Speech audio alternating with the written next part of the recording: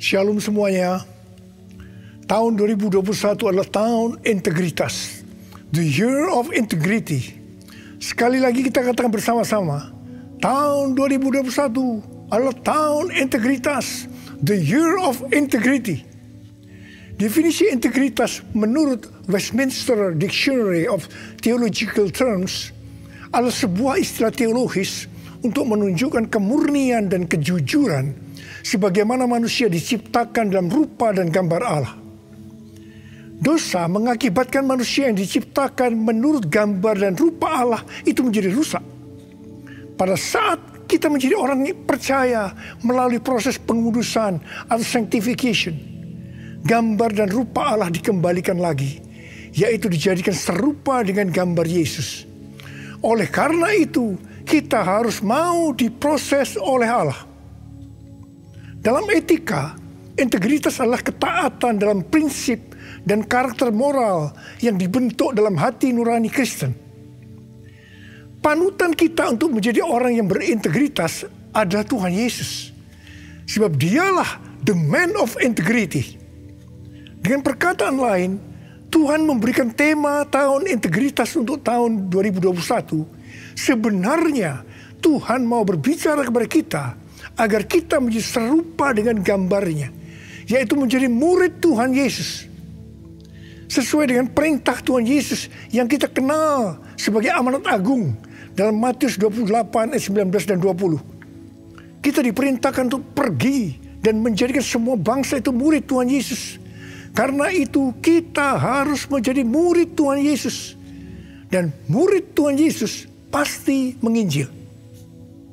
Pada waktu Tuhan Yesus naik ke sorga, setelah Tuhan Yesus hilang dari pandangan mata murid-muridnya yang dengan terheran-heran melihat ke langit, ada dua orang berpakaian putih, yaitu malaikat Tuhan yang berkata kepada mereka, "Hai orang-orang Galilea, mengapakah kamu berdiri melihat ke langit? Yesus ini yang terangkat ke sorga meninggalkan kamu, akan datang kembali dengan cara yang sama seperti kamu melihat dia naik ke sorga." Dari ayat ini, saya percaya kalau yang melihat Tuhan Yesus naik ke sorga adalah murid-muridnya, maka yang akan melihat Tuhan Yesus turun dari sorga ke awan-awan untuk mengangkat gerejanya adalah murid-murid Tuhan Yesus. Karena itu saya mau katakan, hanya murid Tuhan Yesus yang akan ikut dalam pengangkatan. Karena itu, jadilah murid Tuhan Yesus. Murid Tuhan Yesus adalah mereka yang berubah menjadi serupa dengan gambarnya, yaitu mereka yang berintegritas. Sesuai dengan ayat emas dari Mazmur 24 ayat 3 sampai dengan 5. Dan Mazmur 41 ayat 13 dan 14 yang menyatakan bahwa orang yang bersih tangannya dan yang murni hatinya, yang tidak menyerahkan dirinya kepada penipuan, yang tidak bersumpah palsu, dan yang tulus, di mana ini disebutkan sebagai orang yang berintegritas yang akan masuk surga.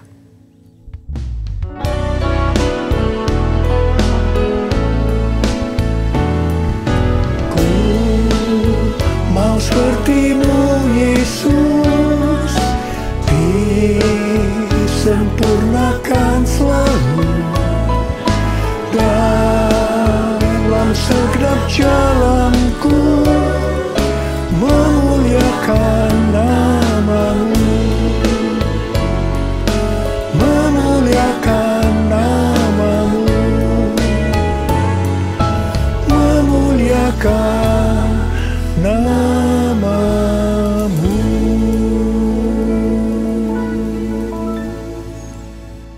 Memasuki tahun integritas, Tuhan memberikan tuntunan kepada kita hal-hal yang harus kita lakukan, yaitu sebagai berikut. Tuntunan Tuhan yang pertama, kita harus membangun manusia rohani kita. Perikop kitab Hagai dari pasal 1 ayat 1 sampai dengan pasal 2 ayat 1a adalah ajakan untuk membangun kembali bait suci.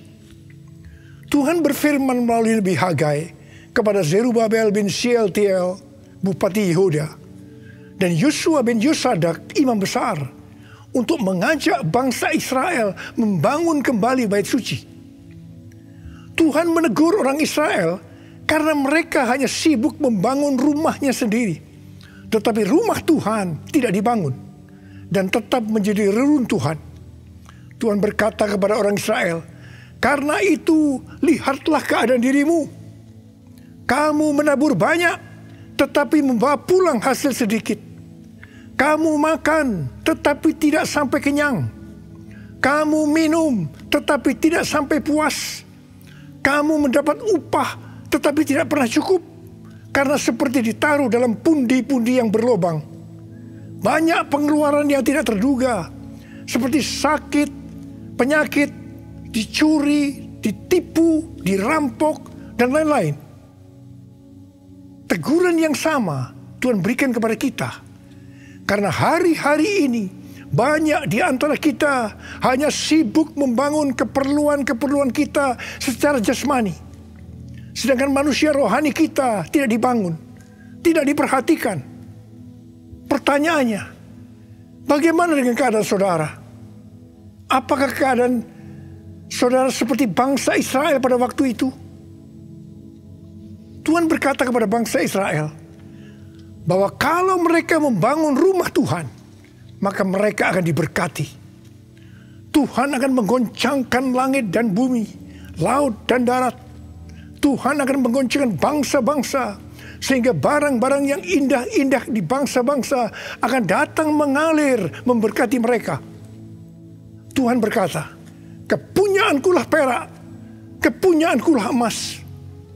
Dan Tuhan juga berjanji bahwa kemegahan rumah Tuhan yang dibangun akan melebihi kemegahan yang semula. Dan Tuhan juga akan memberikan damai sejahtera. Hari-hari ini Tuhan juga berbicara kepada kita. Kalau kita membangun manusia rohani kita, sehingga kita akan menjadi serupa dengan gambar Yesus, maka Tuhan akan mencurahkan berkat secara rohani maupun secara jasmani. Seperti yang dikatakan pada waktu itu, di mana Tuhan memberkati bangsa Israel dengan menggoncangkan langit dan bumi. Tuhan menggoncangkan bangsa-bangsa. Maka hal yang seperti itu juga yang terjadi pada hari-hari ini. Pandemi COVID-19 membuat bangsa-bangsa tergoncang. Kejadian yang kita alami hari-hari ini justru akan memberkati kita secara rohani maupun jasmani. Yaitu kita yang membangun manusia rohani kita untuk menjadi serupa dengan gambarnya. Yaitu menjadi orang yang berintegritas. Kalau Tuhan berjanji kepada bangsa Israel bahwa kemegahan rumah Tuhan yang dibangun akan melebihi kemegahan yang semula, maka Tuhan juga berjanji kepada kita, kalau kita sungguh-sungguh membangun manusia rohani kita, maka kita akan semakin serupa dengan gambar Yesus, melebihi yang dulu pernah kita alami. Tuhan akan memberikan kepada kita damai sejahtera. Haleluya! Sesuai dengan yang dikatakan dalam 1 Yohanes 2 ayat 6. Yaitu kalau kita mengatakan bahwa kita ada di dalam Dia, maka kita wajib hidup sama seperti Kristus telah hidup. Dengan kuasa firman dan pertolongan Roh Kudus dan proses dari Allah, kita yang sungguh-sungguh mau membangun manusia rohani kita, yaitu mau hidup sama seperti Kristus telah hidup, akan menjadi serupa dengan gambarnya. Dengan adanya pandemi COVID-19 ini, Tuhan Yesus berbicara kepada saya beberapa bulan yang lalu melalui Yesaya 26 ayat 20 dan 21, yaitu agar kita bersembunyi barang sesaat lamanya sampai amarah Tuhan berlalu, sebab Tuhan sedang menghukum penduduk bumi karena kesalahannya. Disembunyikan Tuhan atau disuruh bersembunyi oleh Tuhan juga dialami oleh tokoh-tokoh dalam Alkitab sebelum mereka dipakai Tuhan secara luar biasa. Karena itu melalui pandemi COVID-19 ini, Tuhan memberikan waktu kepada kita untuk koreksi diri, untuk membangun manusia rohani kita. Hari-hari ini muncul varian-varian baru dari virus corona yang penularannya jauh lebih cepat. Tuhan memberikan peringatan kepada kita seperti yang ditulis dalam Amsal 22 ayat 3 dan Amsal 27 ayat 12 yang berkata, kalau orang bijak melihat malapetaka, bersembunyilah ia. Tetapi orang yang tidak berpengalaman berjalan terus, lalu kena celaka. Peringatan ini dituliskan sebanyak 2 kali di kitab Amsal, yang berarti ini sesuatu yang penting yang harus diperhatikan dan dilakukan. Jangan menganggap enteng dengan mengabaikan peringatan ini. Jadilah orang bijak yang mau bersembunyi barang sesaat lamanya sampai amarah Tuhan berlalu. Karena Tuhan sedang menghukum penduduk bumi karena kesalahannya. Kita yang bijak bersembunyi waktu melihat malapetaka bukan karena kita tidak beriman, tetapi karena firman Tuhan yang berkata demikian. Jangan mencampur adukan antara iman dengan kenekatan. Iman timbul dari pendengaran, dan pendengaran akan firman Tuhan. Tetapi kenekatan itu timbul dari kata hatinya.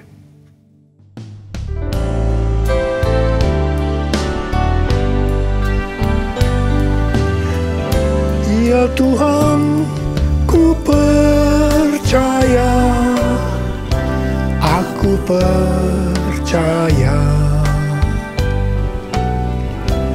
Lewati lembah air mata, aku percaya. Firman-Mu ya dan amin, aku percaya. Kenangan sudah Kau jamin, aku percaya. Kenangan sudah Kau jamin, aku percaya.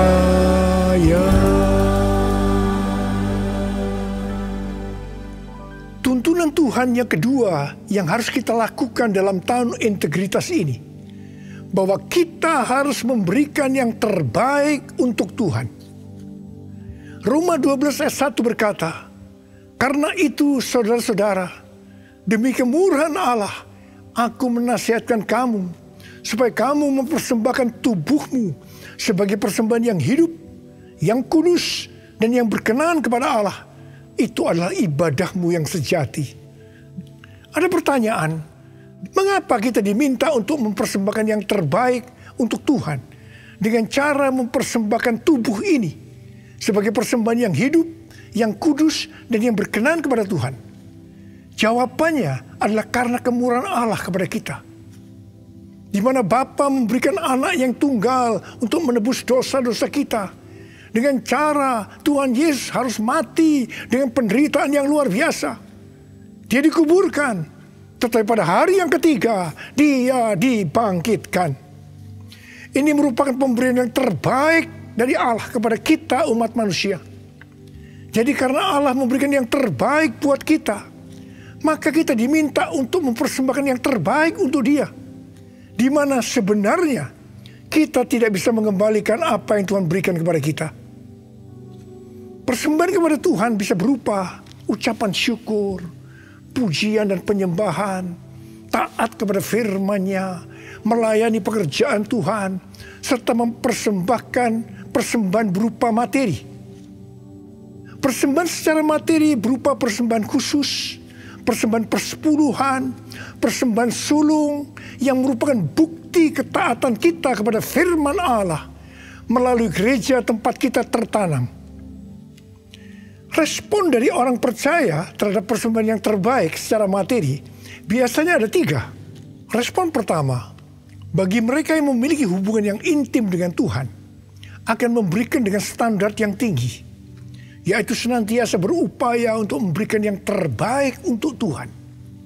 Sebagai contoh, Maria yang intim dengan Tuhan Yesus mengurapi kaki Tuhan Yesus dengan minyak narwastu murni yang mahal harganya, dan menyeka kaki Tuhan Yesus dengan rambutnya. Harga minyak narwastu murni itu seharga 300 dinar, yaitu upah 1 tahun seorang pekerja. Jadi sangat besar. Itu merupakan suatu persembahan yang terbaik. Respon yang kedua, bagi mereka yang tidak intim dengan Tuhan, hanya dapat memahami, memberi persembahan sebagai sebuah hukum yang tertulis. Ketika yang lain sudah tekun dan setia memberikan persembahan persepuluhan, persembahan sulung, dia masih sibuk menggali tentang apakah persepuluhan dan persembahan sulung itu alkitabiah atau tidak.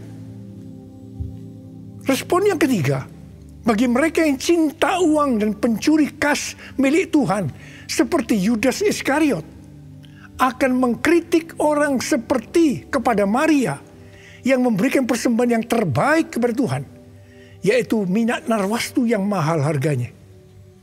Demikian juga mereka yang termasuk orang-orang seperti ini akan menyamaratakan semua pendeta yang mengajar tentang memberikan persembahan sebagai golongan pendeta yang mencari keuntungan dari jemaat. Sehingga banyak pendeta yang takut untuk memberikan pelajaran tentang kebenaran memberi persembahan yang terbaik untuk Tuhan. Akibatnya, baik pendeta itu maupun jemaatnya gagal untuk menerima berkat yang terbaik yang Tuhan sediakan. Kesimpulannya, memberi persembahan yang terbaik untuk Tuhan hanya dilakukan oleh orang-orang yang hidupnya intim dengan Tuhan. Saya berdoa supaya saudara termasuk orang yang hidupnya intim dengan Tuhan, sehingga berkat yang terbaik dari Tuhan akan saudara terima di tahun 2021 ini. Yang percaya katakan amin. Sudah 10 tahun Tuhan berbicara kepada kita tentang persembahan sulung dari Amsal 3 ayat 9 dan 10. Yang berkata, muliakanlah Tuhan dengan hartamu dan dengan hasil pertama dari segala penghasilanmu. Maka lumbung-lumbungmu akan diisi penuh sampai melimpah-limpah. Dan bejana pemerahanmu akan meluap dengan air buah anggurnya. Persembahan sulung untuk tahun 2021 adalah seluruh penghasilan yang didapatkan pada bulan Januari 2021. Dan itu diberikan pada bulan Februari 2021 sebagai persembahan yang terbaik. Mengenai memberikan persembahan dari seluruh penghasilan, Tuhan Yesus pernah menyinggung tentang persembahan seorang janda miskin di dalam Markus 12 ayat 41 sampai 44. Pada suatu kali Yesus menghadapi peti persembahan dan memperhatikan bagaimana orang banyak memasukkan uang ke dalam peti itu. Banyak orang kaya memberi jumlah yang besar. Lalu datang seorang janda yang miskin. Ia memasukkan 2 peser, yaitu 1 duit. Maka dipanggilnya murid-muridnya dan berkata kepada mereka, aku berkata kepadamu, sesungguhnya janda miskin ini memberikan lebih banyak daripada semua orang yang memasukkan uang ke dalam peti persembahan. Sebab mereka semua memberi dari kelimpahannya. Tetapi janda ini memberi dari kekurangannya, yaitu semua yang ada padanya, yaitu seluruh nafkahnya. Di sini Tuhan Yesus tidak melihat besarnya jumlah persembahan, tetapi melihat berapa persen dari penghasilannya yang dipersembahkan. Meskipun persembahan janda miskin jumlahnya relatif kecil dibandingkan persembahan orang-orang kaya tadi, tetapi Tuhan Yesus berkata, janda miskin ini memberikan lebih banyak dibanding semua orang kaya itu. Karena yang diberikan itu adalah seluruh nafkahnya, yaitu seluruh yang dia punya. Ini adalah persembahan yang terbaik.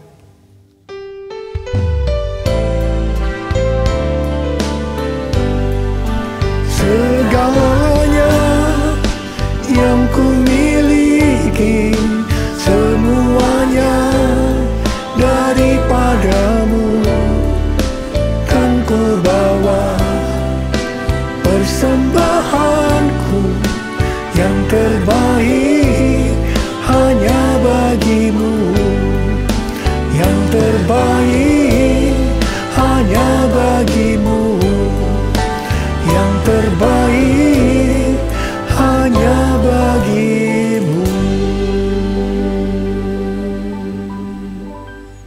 Sebagai orang yang berintegritas, itu berarti kita harus hidup sama seperti Kristus telah hidup.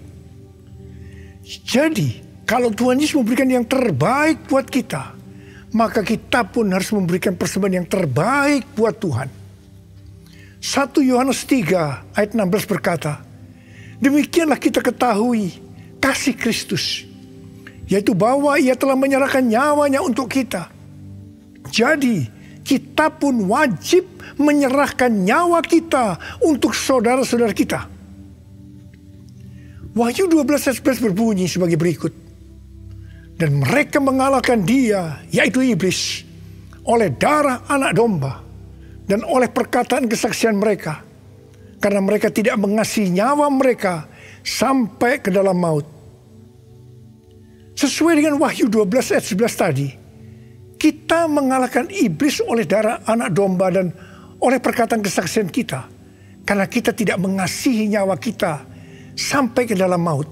Ini berarti kita yang sudah dibebaskan dari dosa, kita yang sudah diselamatkan oleh darah anak domba, harus dengan sungguh-sungguh setia kepada Tuhan Yesus Kristus, dengan menunjukkan kerelaan untuk melayani Kristus tanpa pamrih. Artinya setia sampai mati. Setia sampai mati artinya juga menyerahkan seluruh tubuh dan hidup kita kepada Tuhan. Sesuai dengan Roma 12 ayat 1 yang telah disebutkan di atas. Maka di tengah-tengah pandemi COVID-19 yang semakin mengganas hari-hari ini, kita perlu melakukan 6M. Yang pertama, membatasi mobilitas. Yang kedua, menjauhi kerumunan atau keramaian. Yang ketiga, mencuci tangan dengan sabun. Yang keempat, memakai masker. Yang kelima, menjaga jarak. Dan keenam, mempersiapkan diri untuk divaksinasi. Dalam era Pentakosta ketiga ini, untuk menyelesaikan amanat agung, kita berada dalam peperangan rohani yang dahsyat melawan iblis. Tuhan mau agar kita keluar sebagai pemenang. Wahyu 17 ayat 14 berkata, mereka akan berperang melawan anak domba, tetapi anak domba akan mengalahkan mereka. Karena ia adalah Tuhan di atas segala Tuhan dan Raja di atas segala Raja. Mereka bersama-sama dengan dia juga akan menang, yaitu mereka yang terpanggil, yang telah dipilih, dan yang setia. Setia di sini adalah setia sampai mati. Jadi karena Tuhan Yesus menyerahkan nyawanya untuk kita, maka kita harus melayani Tuhan untuk memenangkan jiwa, setia sampai mati. Saya percaya sebagai orang yang berintegritas, kita akan menyenangkan hatinya Tuhan. Dan kita akan berkata, Tuhan Yesus, firman-Mu adalah ya dan amin. Saya siap untuk melakukannya. Mari katakan bersama saya. Katakan, Yesus terbesar.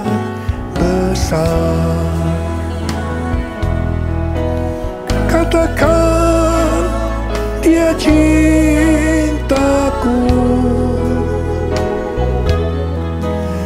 Dia sembuhkan, Dia ampuni, dan beri pertolongan.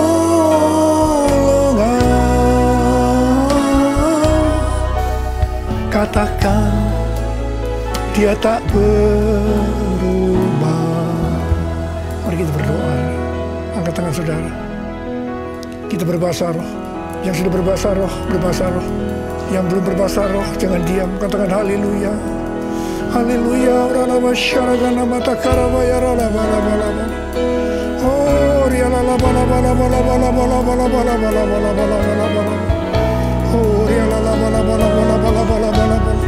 Yesus, Yesus, Yesus. Tuhan, kami mendengarkan tuntunan-Mu hari ini, Tuhan. Kami mau melakukan, ya Tuhan. Kami mau menjadi orang yang berintegritas, ya Tuhan. Kami mau menyenangkan hati Tuhan. Tuhan, Kau lihat anak-anak-Mu. Bapa berdoa, setiap anak-anak-Mu menjadi orang yang berintegritas. Bapa, di tengah-tengah pandemi yang makin mengganas ini, Engkau tetap menyertai kami semua. Hamba berdoa, tidak ada yang sakit ya Tuhan. Tidak ada yang berkekurangan, malah dicukupkan dan berkelimpahan dalam hal yang baik. Terimalah berkat Tuhan. Terimalah berkat Tuhan. Terima kesembuhan. Terima. Oh Yesus. Terima kasih. Dalam nama Yesus. Amin. Mari saudara-saudara, kita akan masuk dalam perjamuan kudus. Kita akan mengingat ayat ini. Sebab setiap kali kamu makan roti ini dan minum cawan ini, kamu memberitakan kematian Tuhan sampai Ia datang. Perjamuan kudus adalah perjamuan Tuhan Yesus sendiri. Setiap kali kita masuk dalam perjamuan kudus, Tuhan Yesus selalu berkata, biarlah ini menjadi peringatan akan aku. Karena itu mari, arahkan hati saudara kepada kebaikan Tuhan. Kita akan mengingat kebaikan Tuhan. Mari tundukkan kepala. Bapa, siapakah kami sebelum kami mengenal Engkau? Kami semua orang berdosa. Upah dosa adalah maut, mati. Tapi Engkau yang tidak berdosa telah dijadikan dosa oleh karena kami semua ya Tuhan. Engkau harus turun dari surga mulia, menjelma menjadi manusia, mati ganti kami dengan penderitaan yang luar biasa. Sungguh kalau kami pikirkan betapa baiknya Engkau itu Tuhan. Engkau jadikan kami sebagai anak-anak-Mu. Engkau yang tuntun kami, Engkau yang membela, Engkau melindungi.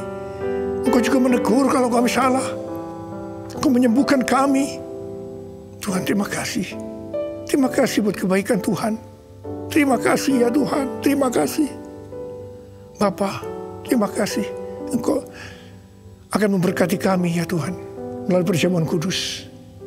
Tapi Engkau mau kami makan dan minum dengan cara yang benar. Karena itu saudara-saudara, mari sebelum kita makan dan minum perjamuan kudus, kita mau koreksi diri. Kita mau introspeksi. Lihat keadaan dirimu. Kalau Tuhan ingatkan hari ini, ada hal-hal yang belum selesaikan, langsung minta ampun dengan Tuhan. Minta ampun. Supaya sudah diberkati Tuhan. Ampuni kami Tuhan. Ampuni kami ya Tuhan. Ampuni kami. Bapak terima kasih. Layakkan kami masuk dalam perjamuan kudus. Kami akan masuk dalam perjamuan kudus dengan hati yang penuh ucapan syukur. Dalam nama Yesus. Amin.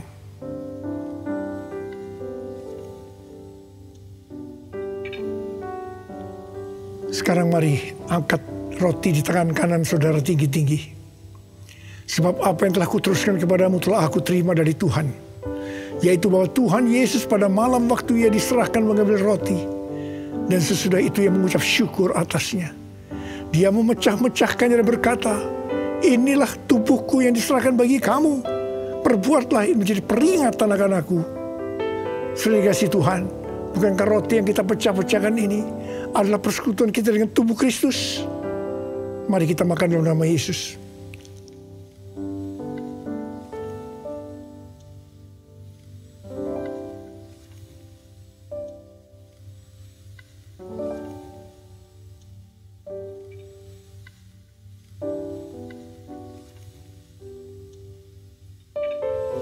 Angkat cawan di tangan kan saudara tinggi-tinggi. Demikian juga Ia mengambil cawan sesudah makan lalu berkata, cawan ini adalah perjanjian baru yang dimeteraikan oleh darahku. Perbuatlah ini setiap kali kamu meminumnya menjadi peringatan akan aku. Saudara dikasih Tuhan, bukankah cawan pengucapan syukur yang atasnya kita ucapkan syukur adalah persekutuan kita dengan darah Yesus? Mari kita minum dalam nama Yesus.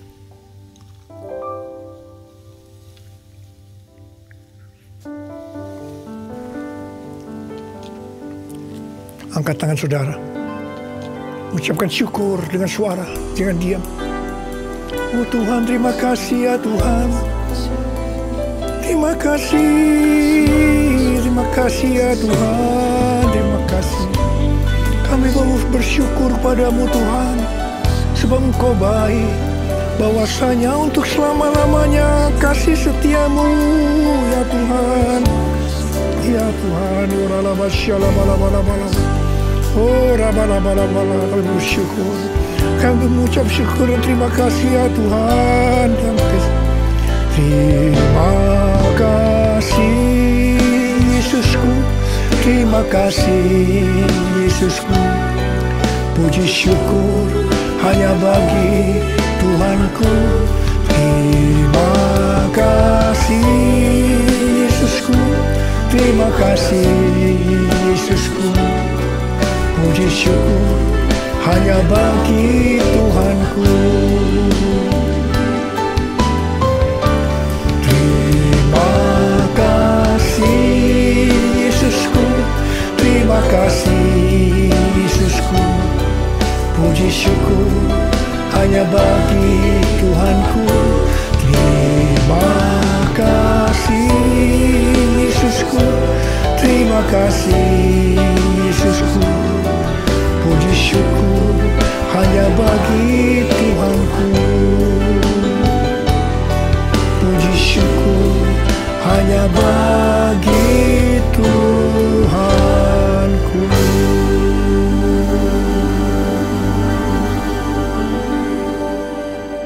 Sekarang terimalah berkat Tuhan. Kasih karunia berlimpah-limpah daripada Allah Bapa dalam Anak yang tunggal Yesus Kristus. Persekutuan yang manis dengan Roh Kudus menyertai saudara sekalian mulai hari ini. Sampai Tuhan Yesus datang menjemput kita di awan-awan dan bahkan sampai selama-lamanya. Yang percaya bersama-sama katakan amin.